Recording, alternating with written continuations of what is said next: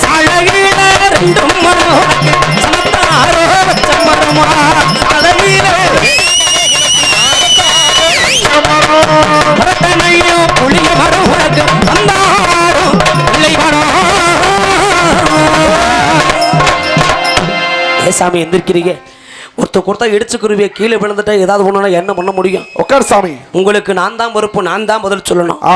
நமக்கு உண்டான ஆட்டம் இதுதான் முறையான ஆட்டம்னு ஆட்ட மக்களுக்கு தெரியணும். சரி உட்கார் சாமி, கீழே உட்கார். உன் சொல்லுக்கு நான் கட்டுப்படுவல்ல, அது போல என் சொல்லுக்கு நீ கட்டுப்பட்டு உட்கார்.